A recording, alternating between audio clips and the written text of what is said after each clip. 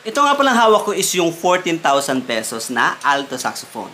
Pero ang gamit ko lang mouthpiece is yung sarili ko na mouthpiece, number 6, at saka yung Ligier na reed.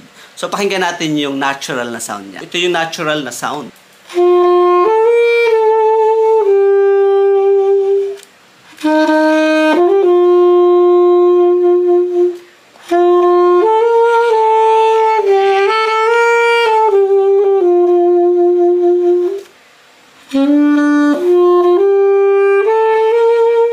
Ito naman yung tunog niya pag sa recording and yung may kasamang effects.